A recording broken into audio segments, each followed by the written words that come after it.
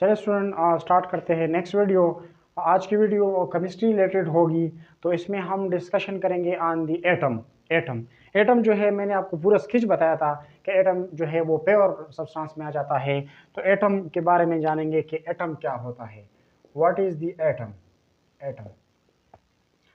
Atom की दो definition में करवाऊंगा इस लेक्चर में, ठीक है। एक डिफिनीशन है कि द smallest particle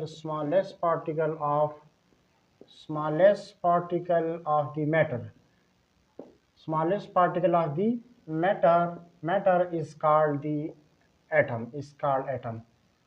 मादे की सबसे छोटी जर्रे को हम जो है एटम कहते हैं। सबसे छोटे जर्रे को मादे की एटम कहलाता है।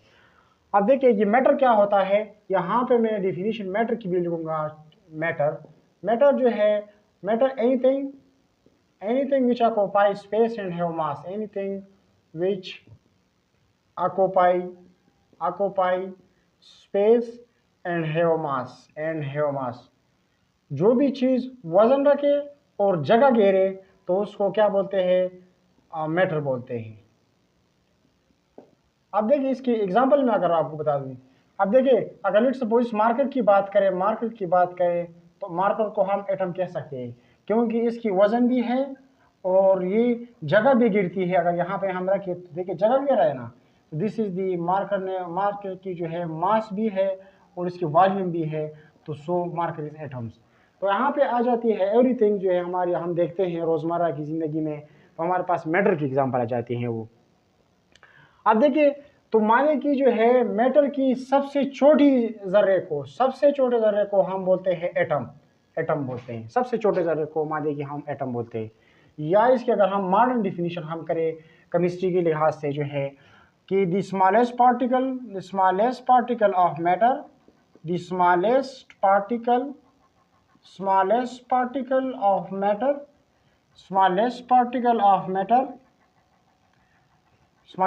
of matters which may be divided into subparticle that are the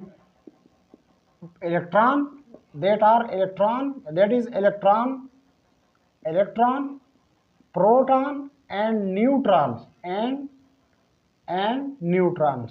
atom जो है वो मादे के वो छोटा जर्रा है, मादे की वो स्मॉलेस्ट पार्टिकल है, छोटा जर्रा है कि वो क्या हो सकता है, वो डिवाइड हो सकता है मजीद पार्टिकल में, इलेक्ट्रॉन, प्रोटॉन और न्यूट्रॉन में। और मजीद अगर आप इसके साथ ऐड कर ले which may or may not exist free in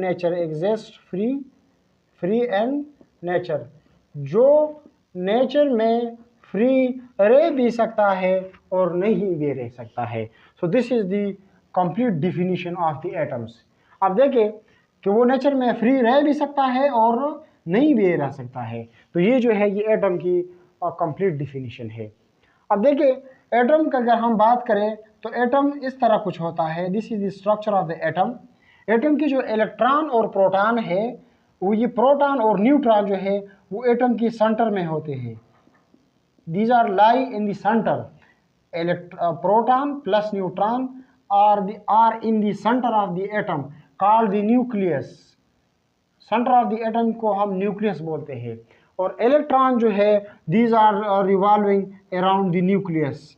वो न्यूक्लियस के इर्द गिर्द इस तरह घूमते हैं और इस पाथ ऑफ द इलेक्ट्रॉन को हम बोलते हैं शेल्स या ऑर्बिट्स बोलते हैं। शेल्स और ऑर्बिट्स और energy levels. So this is the about atom, all about the atom. कि एटम क्या होता है, काफ़ी है